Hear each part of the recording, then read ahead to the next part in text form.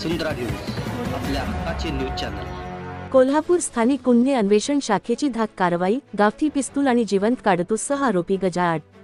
कोल्हापूर जिल्ह्यातील बेकायदेशीर हत्यारे बाळगणाऱ्यांविरोधात कठोर कारवाई करण्याच्या आदेशानुसार कोल्हापूर स्थानिक गुन्हे अन्वेषण शाखेने केलेल्या धाक कारवाईत 2,82,000 रुपये किमतीचा मुद्देमाल जप्त करत 3 जणांना अटक करण्यात आली आहे। पोलीस अधीक्षक महेंद्र पंडित यांच्या सूचनेनुसार पोलीस निरीक्षक रवींद्र कळमकर यांच्या मार्गदर्शनाखाली एलसीबीच्या पथकाने तपास सुरू केला। मिळालेल्या गुप्त माहितीनुसार इसम प्रथमेश गायकवाड राहणार येलूर, तालुका वाळवा, जिल्हा सांगली व राम सावंत राहणार शिरोली पुलाची यादववाडी, तालुका हातकणंगले, जिल्हा कोल्हापूर हे दोघेजण बेकायदा हत्यारे घेऊन दसरा चौक, कोल्हापूर येथे येणार असल्याची माहिती मिळाली। त्यानुसार 25 मार्च 2025 रोजी केएमटी बसस्टॉपजवळ पोलिसांनी सापळा रचून दोघांना ताब्यात घेतले। त्यांच्या कब्जातून 3 गावठी बनावटीच्या पिस्टल, 1 जिवंत काडतूस, होंडा शाईन मोटारसायकल व अन्य साहित्य हस्तगत करण्यात आले।